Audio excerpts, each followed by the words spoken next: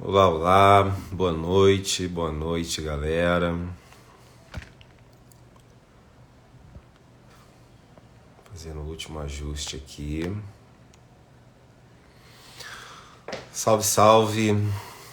Vendo aqui uma galera aqui de Goiânia já entrando, de Minas também. Hoje vamos ter um papo muito interessante, um papo, na verdade, que eu já queria ter tido lá em 2019, quando estreamos a peça Arigó, Soldado da Borracha. Deixa eu ver, a Ângela já entrou aqui, vou chamá-la.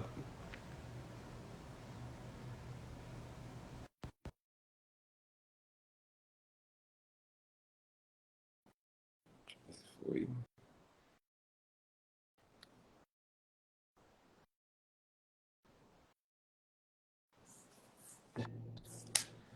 Ei, tudo bem? Olá, tudo bem? Você está me ouvindo? Tô assim, tá me ouvindo também? Tá tudo bem. Ah, Salve, salve aí, todo salve, mundo que já salve. está aí com a gente, né?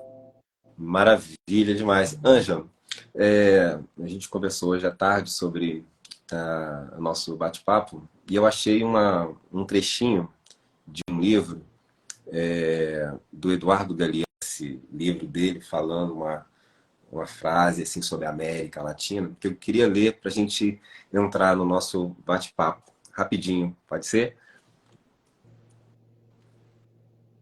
Ó, Ótimo.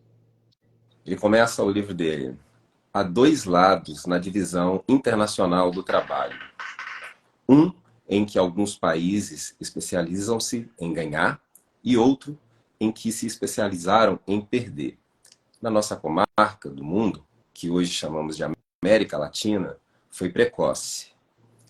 Especializou-se em perder desde os remotos tempos em que os europeus do Renascimento se abalançaram pelo mar e cravaram seus dentes em nossas gargantas.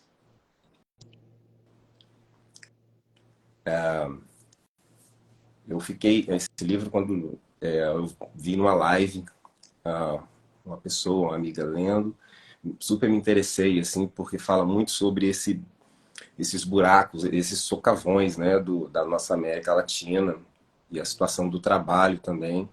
E a peça Arigó, Soldado da Borracha, super fala desse lugar da condição do trabalho, da condição do povo mais humilde, do povo que sonha pela sua terra, pelo seu alimento. E, enfim, eu pensei, eu acho que eu vou abrir aqui esse bate-papo lendo essa, esse início desse livro, que eu acho que tem tudo a ver assim, com esse papo de hoje. Deixa Legal. vou falar um pouco aqui da peça e vou te passar a palavra para a gente ir trocando essa figurinha.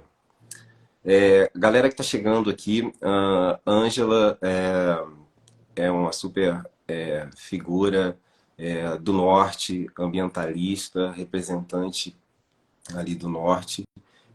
Eu sou um mineiro meio disfarçado, criado no norte, até meus 12 anos, onde eu tive contato com a história dos soldados da borracha. E depois voltei para Brumadinho e lá fiquei até meus 25 anos. Depois me mudei para o Rio de Janeiro para estudar teatro. Já trabalhava com contação de história. Ali por volta de 2017, me bateu uma vontade muito grande de me reconectar de novo com as minhas raízes e contar a história. E a caixinha que eu abri foi a caixinha do norte, onde é um continente ali e tem muita história ali naquela região. Me deparei primeiramente com a história da guerra fundiária, que é uma outra história que ela dura e dura até agora, né? Ano passado, ano 2017, teve um recorde de mortes no norte por conta de briga por terra, por disputa por terra. Mas me chamou muito a atenção a história dos soldados da borracha e me chamou muito mais a atenção o nosso livro de história não contar direito o que aconteceu desde quando o Brasil foi descoberto, né, como o livro diz. E aí resolvi contar essa história. Em Goiânia fizemos a peça e, por sorte, morreu à luz a filha dessa pessoa que assistiu a peça e foi um presente enorme, que foi o contato que a gente conseguiu ali antes da pandemia com o Norte. E eu fiquei muito feliz disso e ela me deu um super retorno da peça e dessa história. E a gente sempre ficou com esse desejo de tentar conectar de novo com o Norte e levar essa peça para lá. Afinal de contas, os soldados da borracha, eles ficaram e foram abandonados na floresta, na região amazônica. E fazer essa história rodar o país e ser contada com música, com teatro, com contação de história e com várias outras ferramentas que a gente tem, lúdicas e artísticas, né?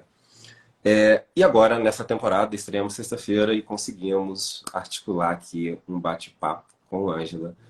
E vou passar aqui a palavra para ela, porque ela tem essa raiz aí total do seringal e pode contribuir muito para a gente entender o que foi essa história.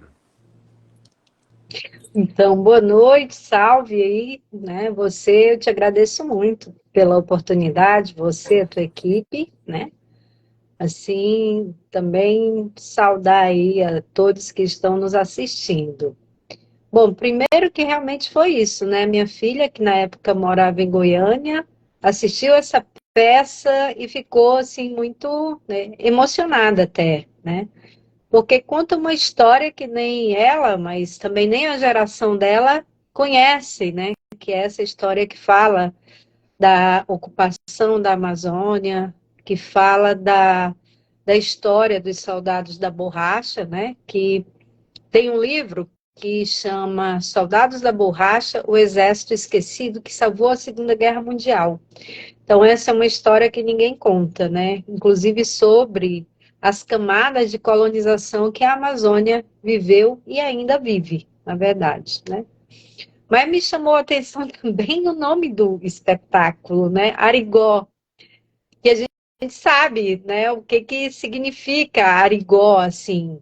Depois também tomou outro significado descreve aquela ave da ribação, né? É uma ave que migra, mas para gente aqui do norte, Arigó é aquela pessoa, né?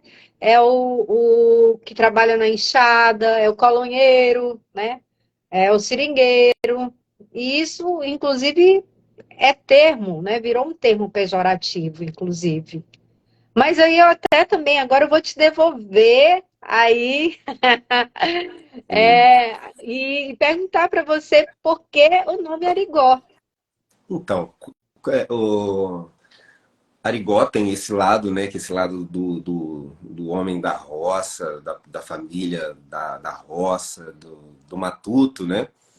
Mas esse significado da ave de ribação, ela me tocou muito porque minha família, ela migrou para o norte com essa pulguinha atrás da orelha, sabe? Com essa questão de estamos indo para o norte e o norte é a terra da fartura, né? A terra onde você vai ser rico, onde você vai plantar e vai nascer tudo da noite para o dia, como se fosse uma mágica mesmo, né? E quem estava colocando isso? Era o governo que colocava isso na cabeça da gente, né?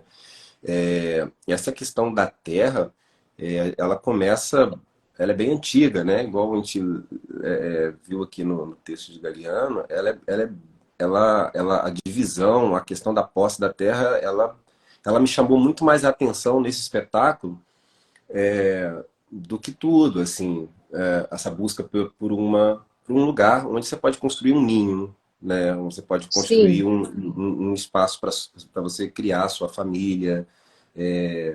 E quando isso é frustrado, quando isso não acontece, a minha família voltou depois, ganhou uma terra do governo onde ela não tinha estrutura, subsídio nenhum para poder mexer na terra, e voltou de mão abanando, sabe? E o mais louco nisso, porque eu era criança, né, e eu não tinha nenhum olhar crítico em cima disso, eu só estava acompanhando mesmo, fui e voltei, do jeito que eu fui, eu voltei.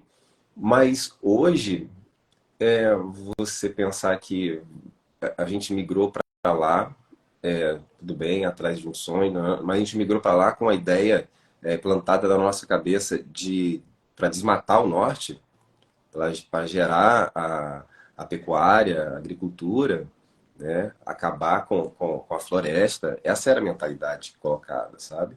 E muitas famílias, e essas famílias com menos condições, com menos estrutura de estudo, vai no sonho. Não vai pensando assim, nossa, eu vou acabar com a floresta, eu vou passar por cima de quem está lá, né? Não tem esse olhar crítico, né? Fui ter depois. Quando eu conectei com a história dos Arigós e vi que eles também foram chamados de Arigós, esse montante, e estavam indo atrás do mesmo sonho, eu falei, nossa, eles estão indo atrás do mesmo sonho, 50 anos antes ali, eles estavam indo também. Mas o ciclo da borracha ele começa ali em 880, né? Com um programa ali, o PNM, um programa de imigração também para o norte. E, e todo mundo estava indo com esse sonho, assim, da É, terra. Então o que mais me chamou a atenção e eu quis manter esse nome, né? E depois a gente veio com esse subtítulo ali do Soldado da Borracha, porque eu queria conectar isso um pouco com a minha história e queria também que o período que fosse ali a Segunda Guerra Mundial, quando eles foram recrutados para tirar a borracha como esforço de guerra, esse período ele fosse um pouco mais esticado, porque essa mentalidade que foi imposta ali em 42, ela continua até hoje, sabe? Ela continuou até 90, quando a minha família foi lá. E, então, por isso o nome Arigó, a gente ficou no início pensando, mas nossa, Arigó vai conectar com o médium mineiro, o Zé Arigó, né? Vai confundir a história.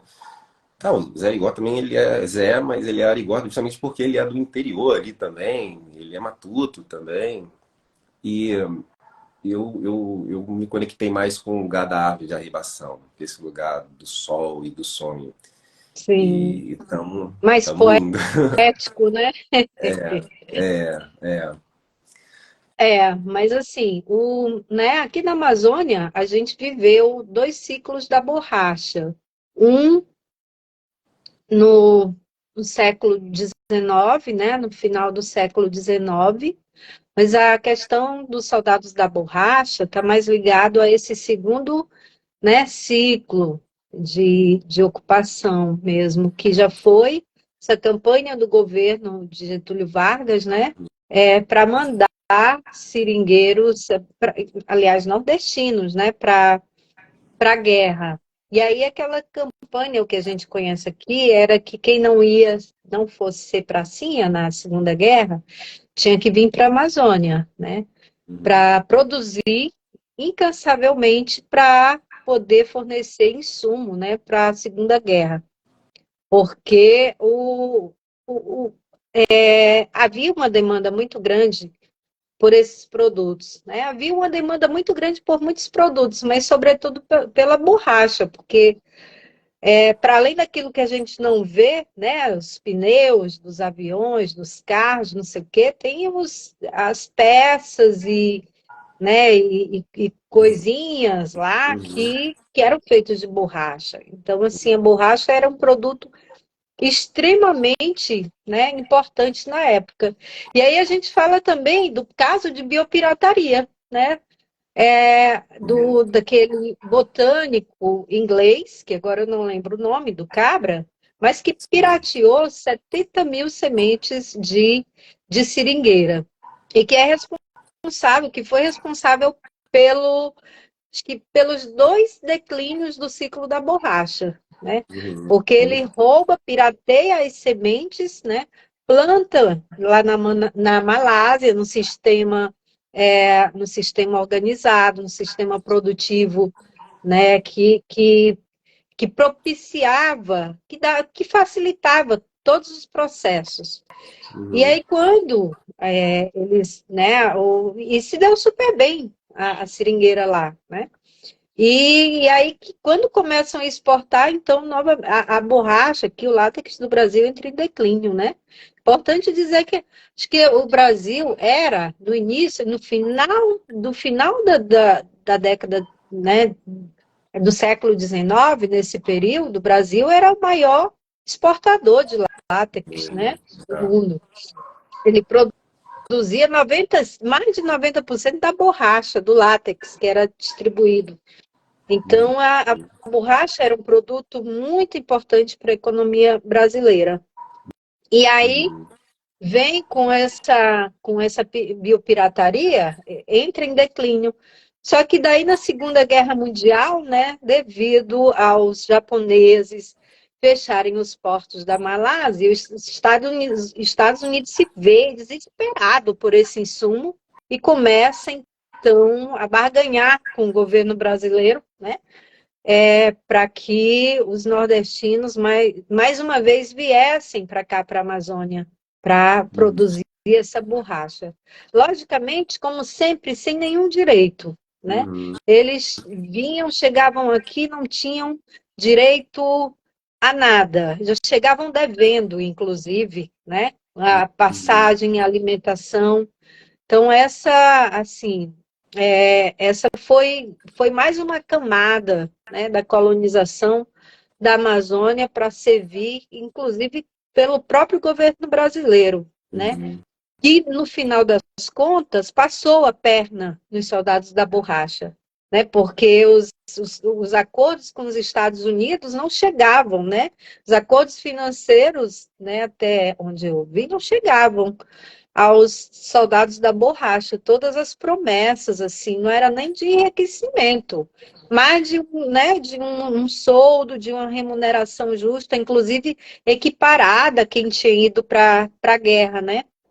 Isso jamais aconteceu. A gente ainda vê pelas periferias, que é onde eles estão ainda, né?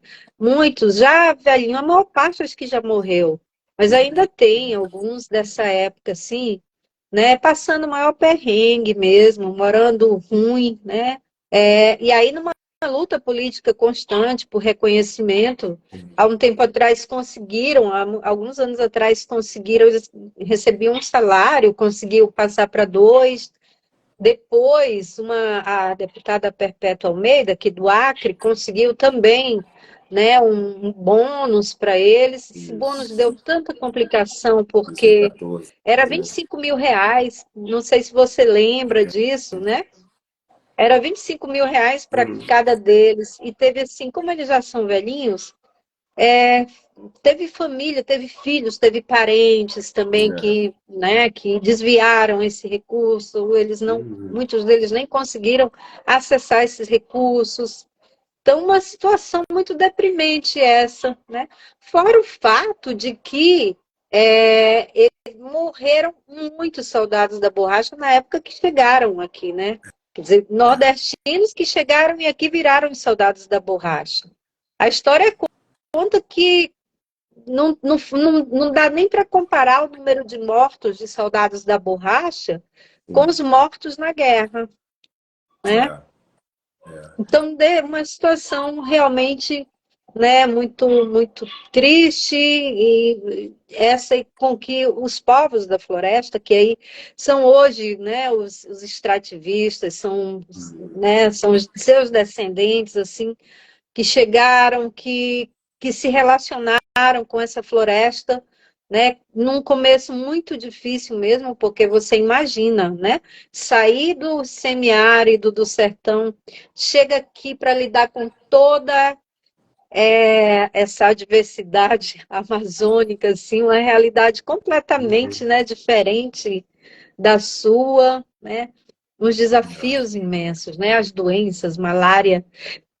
E aí isso também vale aqui um destaque, né, que a semente também da quinaquina, que é o remédio usado até hoje para malária, também foi biopirateado pela Inglaterra, né?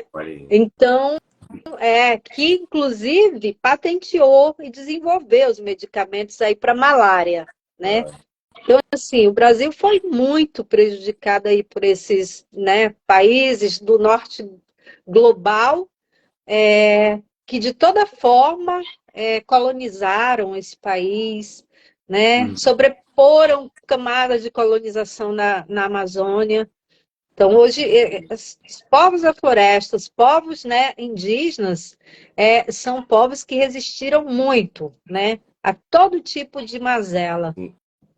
E Ângela, esse dado que você trouxe que eu esqueci o nome dele também, desse fulaninho que veio aqui e roubou a semente. Ele disse que tem um dado que ele roubou 70 mil sementes também e 7 mil vingaram na Malásia. E lá eles fizeram esse sistema de plantio de 3 em 3 metros, né? Então eles tiveram uma Uhum. grande escala, em pouco tempo já tinha dominado o mercado europeu. Por volta de 1917, já estava vendendo em tudo, né? Na Europa, inclusive os Estados Unidos comprava lá. Com o ataque Sim, em Pearl Harbor, acabou, não podia mais comprar na Europa e veio esse acordo de Washington aí, né? Absurdo, com um monte de promessa e não sei se você lembra desse fato também do artista suíço que foi contratado para poder fazer o desenho do que seria a Amazônia da fartura, a terra do Eldorado, e ele nunca tinha ido à Amazônia. A referência que ele sim. tinha da Amazônia era a Malásia.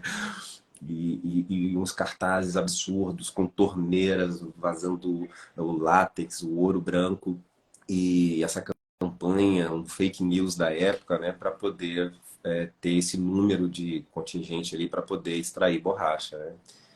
Deixa eu te fazer uma pergunta. Essa massa de gente chegando na floresta nesse período, seu pai ele nasce em 44 ali antes de terminar a guerra, né?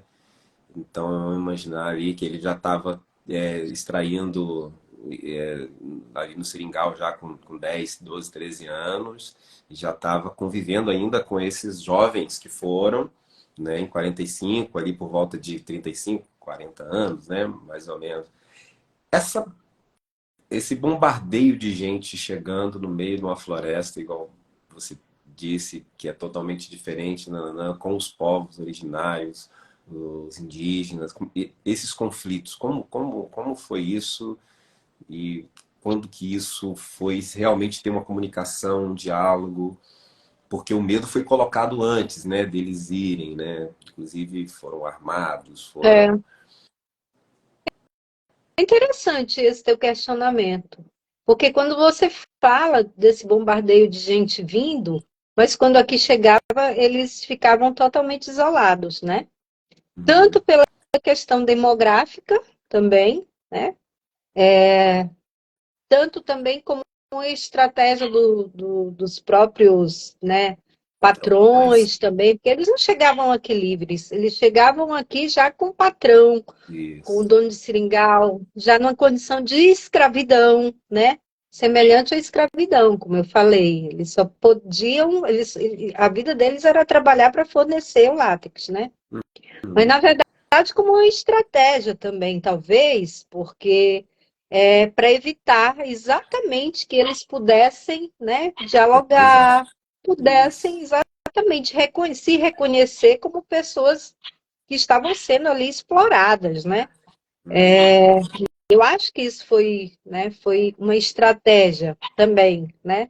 A outra fato é que é muito uma região muito grande, então tiveram que ser, né, levados e conduzidos para distâncias, grandes distâncias. Então, essa galera não se encontrava, talvez em um momento que se realizava alguma ação lá no barracão, né? uhum, Que se uhum, tinha alguma festa, dia de talvez de também de receber o soldo, né? uhum, Mas era isso, até onde eu sei, não era comum, né? Esse agrupamento de pessoas, esse diálogo constante. Eles nem tinham tempo muito para isso também, né? uhum, Então, e o engraçado também sobre o fato de que, né, o plantio na Malásia, ele foi, né, organizado diferente aqui da borracha nativa, né? Porque aqui na floresta, plantas da seringueira, elas são bem dispersas, assim, né? Elas são longe uma das outras. Então, sabe, é uma vida muito difícil, a vida do seringueiro e da seringueira, porque tem mulher também que colhe látex, né? E aí né, a unidade de produção deles que chamam de estrada de borracha. Cada estrada de borracha, né, mede aí 100 quilômetros, aliás, 100 quilômetros, olha, são 100 hectares, né? E aí É as chão, é seringas, muito as chão, né? seringueiras, É hã? muito chão, é muito É chão para muito andar. chão, é, é muito chão. Então essa relação foi muito injusta, né? Enquanto que lá na Malásia eles, né, colhiam muito mais, porque o sistema produtivo deles, né, propiciava isso, era mais organizado. Dentro da floresta, o sistema nativo impunha aí um certo desafio e dificuldade, né? Acho que esse sempre foi o problema, assim, essas relações. Porém, quando você fala, né, da sustentabilidade, você está falando disso, né? Dessa troca com o que é nativo, com o que é natural lá daquela área. São os usos, né, os saberes e fazeres daquela população que está lá, mas que se relaciona de forma sustentável, equilibrada, que apesar de tudo consegue manter, né, manter a castanheira em pé, manter a seringueira em pé, embora viva delas e com elas há pelo menos 100 anos, né? Porque a seringa, né, o látex e a castanha foram os primeiros produtos do extrativismo aqui dessa região, assim, né? E explorados. Porém, também tem uma coisa, é que isso não gerou riqueza para cá, para o Acre, por exemplo, né? Uhum. Mas gerou riqueza para, né, para os empresários, grandes empresários da castanha, seringalistas de Belém e de Manaus. Então, toda a Isso. riqueza saía daqui para Belém e para Manaus, né? Hoje você vê, então, essa pujança. Eu amo Belém. Eu acho Belém a coisa mais linda, aqueles casarões antigos, aquela arquitetura antiga, só que tem um problema. Era de gente que escravizava, né, os trabalhadores da floresta. É É. bonito, nossa, é uma arquitetura incrível, mas feita por mãos de escravos, né? Construídas ali com suor, com sangue e muito sangue também de trabalhador da floresta, né? Os antigos contam assim os castigos que eram grandes quando o cara não produzia o suficiente, ou quando ele tentava, de alguma forma, aí, né, ludibriar o patrão, porque uma coisa que eles faziam, porque era muito desgastante, era, sabe, muito difícil. E aí eles tentavam, de alguma maneira, e quando eram descobertos, eles colocavam alguma coisa que pesava na borracha, dentro da borracha, ou eles botavam a borracha de molho e ela inchava de água, e quando ia pesar, ela, né, pesava muito mais. Tinha uns negócios, lance assim, Uhum. sabe? Mas no desespero. E aí o castigo, meu irmão, quando vinha, dizem que era cruel, assim, e às vezes até assassinato, né? Então tem uma série de histórias assim, né, que É. coloca esses povos como realmente muito resilientes, né? Porque nunca tiveram, nunca foi fácil também para essas pessoas, né? Para a gente aqui, eu sou a minha geração, né? É dessa época, meus avós vieram do Ceará também, né? Meu pai começou no corte da seringa também criança, o que era comum na época, né? Até hoje também isso é comum, né? Quando hoje a gente tem assim um número de jovens que não conseguem se identificar, mas com essa cultura, infelizmente, né? Porque ser seringueiro hoje virou um sinônimo, né, e aí isso para os ignorantes, né, sinônimo né, de pobreza, né, de ignorância, é termo pejorativo. E aí muitos jovens estão, de fato, saindo dos seus territórios em busca, né, de uma qualidade melhor de vida. Mas assim,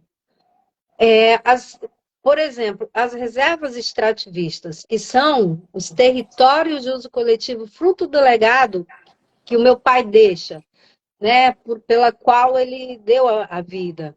As reservas extrativistas são territórios que cumprem um papel muito grande, né, muito importante também. E nesses lugares, assim, a vida deu uma melhorada muito grande nesses últimos anos. Logicamente que isso não continuou verdade nesses últimos 7 anos, desde 2016, quando o Brasil sofreu aquele golpe, né, e durante o período do governo de extrema-direita anterior, as ameaças, os ataques sobre essas populações, sobre esses territórios foram incríveis, foram gigantes, né? Mas de dizer que houve um salto grande, né, para a vida da maioria das populações que estão nesses territórios. Então, e aí que são exatamente, né, essas gerações dos soldados da borracha. São eles que permaneceram aí nessa floresta, apesar de todas as dificuldades, de todos os desafios, né, com os declínios dos períodos da borracha, assim, dos ciclos, dos grandes ciclos, muitos saíram, é verdade, mas muitos ficaram, né? E são esses que ficaram, que foram ocupando essa Amazônia, junto com os povos indígenas que estavam aqui já, são os primeiros, né, habitantes dessa região assim também, né? E aí, nessa relação de desafios, de dificuldades, eles também encontram, né, um eco, né, para as suas lutas, né, que foi a Aliança dos Povos da Floresta também, né, que é uma outra também estratégia de resistência desenvolvida e liderada, né, por Chico e seus companheiros, de um lado, né, Ailton Krenak, Cian Caxinauá, Suero Salles, Cipacé Chavante, grandes lideranças indígenas do outro, que nesse cenário, né, também de ataques, de ameaças nas décadas de 70, com a chegada, né, das grandes indústrias pecuaristas, continuam, na verdade, né, sendo atacados, expulsos, assassinados, né? Então, e aí essa aliança é uma aliança, né, estratégica política também, né, principalmente política, para, né, unificar essa luta pela defesa e pela conquista do território, mas também para resistir, né, a todas as ameaças que naquela época eram feitas e eram os madeireiros, eram os grileiros, eram os fazendeiros, né, os madeireiros, a mesma galera de hoje que continua violentando esses povos, né? Esses dias a gente teve aí o ataque aos parentes Tembé, né? E que é também, né, dessa lista de violadores, de criminosos que estão nas empresas, nas grandes empresas, né, nas grandes indústrias aí de commodity, de mineração, né? Então, a aliança ela foi muito importante para a definição desses territórios, para a concepção das reservas extrativistas, que foi um modo que se achou de garantir o território para as populações que já estavam aqui e garantir a vida também, né? Nessa disputa pela terra. O agronegócio nunca ligou para a função social da terra, não, né? O deles é aumentar seus lucros, né? É exportar, é enriquecer e dane-se quem quiser. Essa Mas mentalidade, essa mentalidade ela é antiga, né? A gente estava falando, essa É, mentalidade ela nunca deixou de existir. Se a gente pegar lá atrás no Tratado de Tordesilhas, na hora que a gente começa a discutir o que é terra sim, e de quem que é, né? Ó, o espanhol é, você fica aqui, o português vamos dividir isso aqui, vamos chamar os portugueses lá que tem dinheiro sim, para investir na terra. A primeira coisa que eles fazem é trazer cana, cana nem é do Brasil, e a gente acha que cana é do Brasil. É, esse olhar que, né, que não importa para o que está na terra, importa o que eu boto na terra, né? Ele é muito antigo. Aí você vê a gente tentando discutir marco temporal em 88. Como assim? Sendo que a gente já está marcando a Terra lá atrás, sabe? Ignorando, sem olhar para a Terra. Esse acordo mesmo de 40, o que trouxe, além de levar, né, essa turma toda numa situação de uma seca enorme no Nordeste, mas esse acordo trouxe um monte de coisa junto, um pacote cheio ali, americano, Papai Noel, indústria, tudo veio junto no mesmo pacote, né? E a gente está até hoje meio refém, meio que um país serviçal, meio que um continente, né, a serviço disso, né? Onde o imposto, o valor do imposto ali é muito mais caro do que o valor de quem está vendendo, né? O valor que ele está recebendo. Então a conta nunca bate, a gente sempre fica no lugar da servidão e num lugar que eu quero conectar com o que você estava falando do seu pai, que é uma visão realmente muito estratégica, assim, política, porque hoje a coisa parece que fica um pouco disfarçada, né, Ângela? Assim, sou criado no norte, mas minha formação inteira de estudo foi em Brumadinho. E desde quando eu cheguei em Brumadinho, eu comecei a envolver com causas sociais e ambientais. É muito difícil você pensar Minas Gerais, por exemplo, assim, onde você tem um coração daquele, um quadrilátero ferrífero daquele, e você pensar, se não for internamente como associações, bairro, associação, projetos sociais, porque um coração daquele de minério ali movimenta 800 e não sei quantos municípios, movimenta aquele estado inteiro, e é muito difícil é, você conseguir falar alguma coisa. Olha há quanto tempo que aconteceu o Samarco, olha quanto tempo que já aconteceu lá em Mariana, né? E quanto tempo que aconteceu agora em Brumadinho, 2019. E a coisa ela vai ficando assim, sabe? E parece que a tendência é essa. Vamos deixar 70 mil homens lá na Amazônia. Ninguém vai saber, naquela época na internet, ninguém vai saber, ninguém vai perguntar. É isso. Vamos calar quem está se organizando. O Chico Mendes mesmo, essa estratégia de a gente entendendo que uma árvore está aqui, a outra está 1,5 km, a outra está... Você acaba tendo uma margem de atuação dentro da floresta que é muito grande, né? E você acaba tendo que proteger essa floresta para poder ter aquela bendita árvore ali.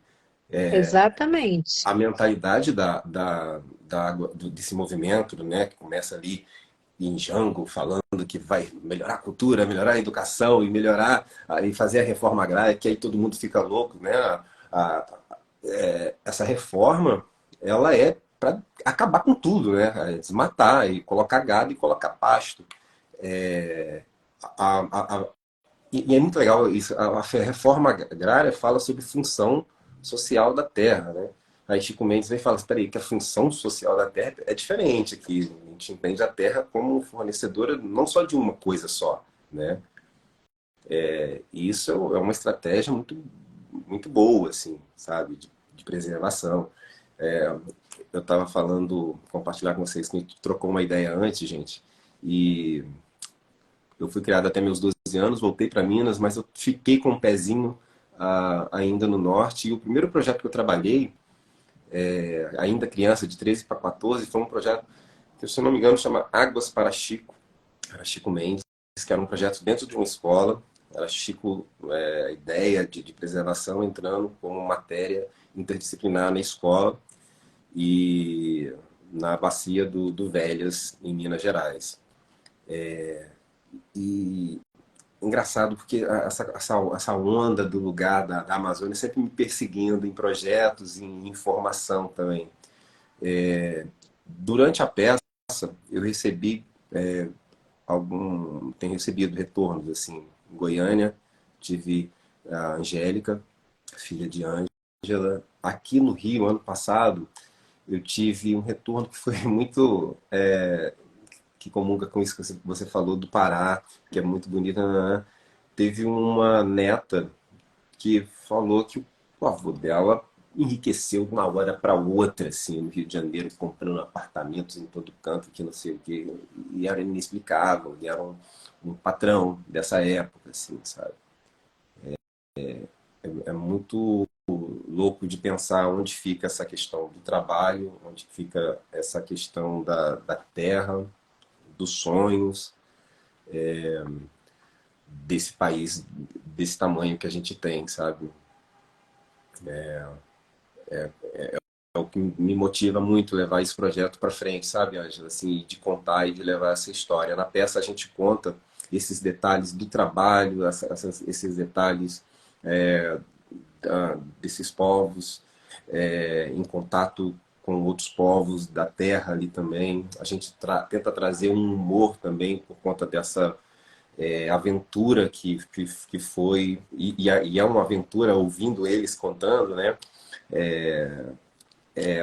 Eles contam com a motivação assim que eles passaram por viagem de caminhão, treinamento, navio, enfrentaram onça e uma dificuldade, mas eles contam com um vigor e com um sorriso no rosto, né, com um heroísmo. E o que abate mesmo eles ali é essa questão de ficarem ali, né, ter ficado esquecido ali no meio da floresta, né? A gente tenta trazer isso, mas tenta também trazer essa pitada de, olha só, isso não aconteceu só em 40, isso não aconteceu só em 70 ali, quando você começa a distribuir terra. Isso está acontecendo há muito tempo, sabe? E a gente tem que ficar muito treinado e atentado a perceber como que a coisa ela vai ficando um pouco maquiada. Por exemplo, o Chico mesmo, o governo foi reconhecer em 2009, 2008, que ele estava falando, gente, olha só, vai dar ruim, estão me perseguindo, estão me ameaçando. E o governo mesmo foi reconhecer isso só depois. Vai ser assim com a Vale, está sendo assim com Mariana, e vai está sendo assim com a Amazônia inteira, que é esse ambiente todo que a gente faz parte. E a gente parece que vai ser alienado, assim, aos poucos. Não, espera aí que a gente vai dar uma solução. Espera aí, esse espera aí, vai cair o céu, né? Vai cair, a conta vai chegar, né? Como diz o Davi Copenau, né? A gente precisa evitar a queda do céu e o Ailton diz que a gente precisa adiar o fim do mundo, né? É. Ou ideias, ele dá ideias para adiar o fim do mundo. E eu acho incrível assim o que tu traz também, quando tu falas assim que, né, que os seringueiros eles têm que cuidar da seringueira, da castanheira, né? Então tem que cuidar da floresta toda para que, né, Uhum. essas árvores elas permaneçam e seus modos de vida também, que é essa relação, que é essa identidade também permaneça. Uhum. Porém, assim, eu acho que a peça é importante nisso, porque não são só eles que precisam cuidar da floresta. A É. gente que está na cidade também precisa cuidar dessa floresta, porque a gente também está recebendo os benefícios dessa floresta, dos serviços ecossistêmicos dessa floresta, né? Uhum. Então, esse olhar que é importante, né, a tua peça fazer com que se reflita sobre isso também, né? Essa coisa do Uhum. soldado da borracha, ele é um fio que vai conduzir também a É. toda essa reflexão sobre a necessidade da gente, né, resistir, fazer uma luta muito intensa, né, para proteger aí essa floresta, porque a gente também vai estar protegendo as águas. Uhum. Vou só te dizer um dado. A reserva extrativista Chico Mendes, ela foi a segunda reserva criada no Brasil, Ela tem quase 1 milhão de hectares. Ela está na região mais desmatada, mais pressionada pelo agronegócio aqui no Acre, né? Ela compreende 7 municípios também, né? Os desmatados, assim. Então, a pressão dos fazendeiros é enorme, é gigante, né? E quando você vai ver ali, né, o desmatamento ano a ano, você vê a importância dessa Resex. Ela se mantém contra como uma barreira esse desmatamento. É 1 milhão de hectares que está ali em pé. E o que acontece com esse 1 milhão de hectares distribuído em 7 municípios? Guarda a bacia do Rio Acre, que abastece, né, todos esses municípios. E se a floresta for ao chão, com certeza a água também vai sumir, né? Então a gente vive na iminência de um colapso, porque os extremos climáticos já estão nos atingindo aqui na Amazônia. Eu saio na rua, a minha sensação é de frango assado, né? De que tô assando ali, assim. Mas há menos de 4 meses atrás a gente estava embaixo d'água, literalmente, né? Então, isso é uma realidade que está se tornando, vai ser permanente, ela vai ser daqui para frente, né, assim. Por quê? Porque as pessoas estão desmatando, as pessoas não, os pecuaristas, os grandes latifundiários estão desmatando o que a gente tem de floresta, estão queimando, né? E ninguém fala assim, parece que ninguém fala nada, né? Precisa ter, né, algumas pessoas como a gente que fica berrando para todo lado, usando o que pode, você usando, né, a tua peça para chamar essa consciência, né, os influenciadores digitais, muitos também fazendo isso, né, usando seu espaço para estar falando que a gente precisa reagir, mas tem uma camada da sociedade que ainda não entendeu o perigo que vive, que é aquela camada, né, que tem grana, né, que detém e que concentra terra, que concentra renda, que tem condições hoje de, nesse cenário, né, de extremos, resistir, né, ao que está acontecendo. Enquanto uma boa camada, a maioria da camada da sociedade, esteja nas periferias, esteja nas florestas, não tem essa mesma condição. Quando você sai na rua hoje, aqui na Amazônia, é um sol, cidades pouco arborizadas, né? E um sol de lascar o cano. E aí, quem é que está sendo impactado por isso? São pessoas em situação de rua, né? São pessoas vulneráveis, vulnerabilizadas. Elas são vulnerabilizadas por um Estado que não consegue dar conta de atender as mínimas necessidades básicas dessas pessoas, né?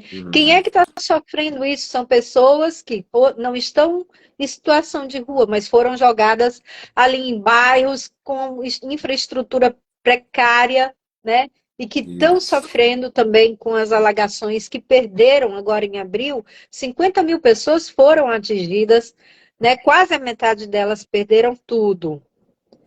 Então, é preciso a gente refletir sobre isso, sobre racismo ambiental, sobre justiça climática também, e entender onde cada um está nesse negócio, né? E que a gente precisa, né? A gente precisa gritar junto, se abraçar, fazer coisas juntos, porque o que eu sempre falo é que o sistema, ele tem, né? O capital, ele tem o poder do dinheiro, ele tem o poder político, ele tem o poder, né? Ele está nas grandes estruturas. A gente que está aí sofrendo com tudo isso, a gente só tem a gente mesma, né? E essa nossa vontade, essa nossa gana por justiça social, né? E aí é cada um, mas aí todo mundo se juntando para falar né, nesse espírito coletivo, para falar e para fazer coisas que vão refletir. Talvez eu não consiga alcançar essa mudança, mas a minha neta, a Lívia, a Esther, podem talvez herdar um mundo um pouco né, melhor a partir dessa nossa mobilização dos nossos corres. Eu acho que é Uhum. isso também. Uhum.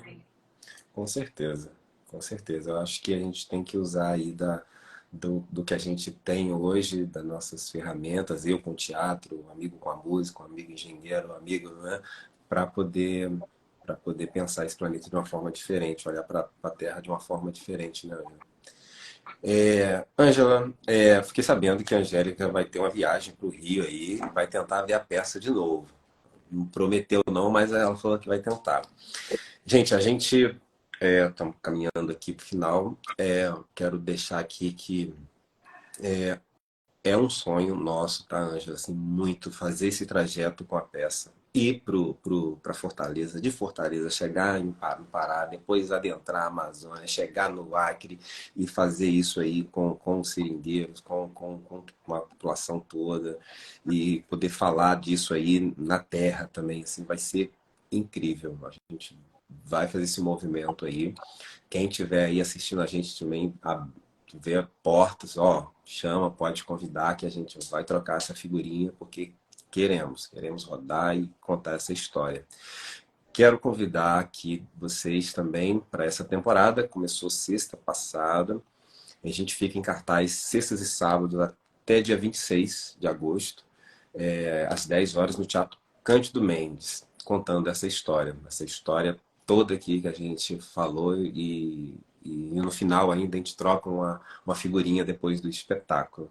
E Que legal. espero, Ângela, que você assista logo, em breve, Ah, eu essa também, peça. estou super afim. E a gente, quando você chegar aqui, o Comitê Chico Mendes vai estar aqui com os braços abertos para receber vocês. O Comitê Chico Mendes, que é essa organização que eu estou presidindo, que nasce na noite do assassinato do meu pai, né, e que até então realiza a Semana Chico Mendes, mas agora também realiza o Festival Jovens do Futuro. Então, agora em setembro, a gente realiza a quarta edição do Festival Jovens do Futuro, que celebra a carta que ele deixou aos jovens dessa geração, Isso. né? Que ele fala desse sonho de uma revolução socialista. E é incrível, porque assim, a juventude tem realmente se movimentado muito, protagonizado muitas ações transformadoras e revolucionárias, né? E no final do ano, em dezembro, a gente realiza a nossa Semana Chico Mendes, de 15 a 22 de dezembro, que é a data do nascimento até a data do seu assassinato. Nesse período, a gente realiza também uma série de atividades, palestras, seminários, atividades artístico-culturais que fala sobre essa importância do legado que ele nos deixa em forma de reservas extrativistas, em forma de projeto seringueiro, que a gente não falou nele, na próxima oportunidade a gente fala, né? Em forma de aliança dos povos da floresta, em forma dos empates, que foram assim, movimentos de resistência pacífica ao desmatamento. Então, muita coisa para a gente É, falar e que a gente fala também durante a Semana Chico Mendes, né? E aí aham, nós temos as nossas redes também, Chico Mendes Comitê, que isso vocês aí. podem se informar. E aí eu convido vocês a assistirem a peça Arigó, né, para Isso. conhecerem mais um pouco desse universo, né, para prestigiarem aí né, e também né, entender como que a cultura se entrelaça com o meio ambiente e tem se tornado assim uma dupla inseparável. É, E o setor cultural foi assim determinante também, né, para acho que para nos ajudar nessa resistência tão forte do último governo. Acho que dois campos que sofreram muito, mas que se reconhecem, eu acho que vocês são incríveis assim, né, os fazedores de cultura, os artistas em geral, nessa defesa do socioambiental, nessa defesa da Amazônia. Tenho muito a agradecer. E com, também a com, quem está com, nos assistindo aí, toda a galera. Beijo. com o ambiente, com o meio ambiente, que é o ambiente todo, né, que a gente faz parte, mas a gente ignora um pouco, com a cultura e com a educação, que a Sim, gente não pode esquecer, porque uma das minhas briguinhas é isso, assim, o livro de história não está contando o que a gente total. tá? Exatamente. Por Então, isso a que o gente vai... projeto Seringueiro foi um marco também. Fala de educação para os povos da floresta escravizados lá atrás. E quando foi para o poder público, essa ideia começou lá no início de 80, né?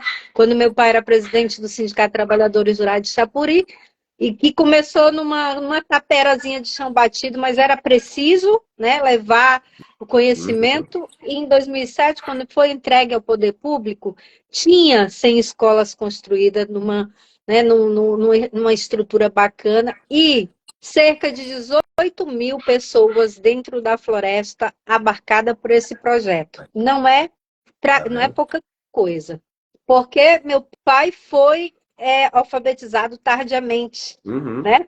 Por Euclides Uhum. Távora. Então, ele conhecia, né, o poder transformador da educação, o poder libertador da Sim, educação de Paulo Freire. é isso aí. Gente, muito obrigado. Ângela, obrigado. Vou deixar salvo aqui, vou deixar marcadinho nos cardzinho direitinho aqui, o comitê, tudo direitinho. Tá bom? Muito obrigado, um beijo no Obrigada a coração. você. Vamos que vamos. Valeu. Valeu.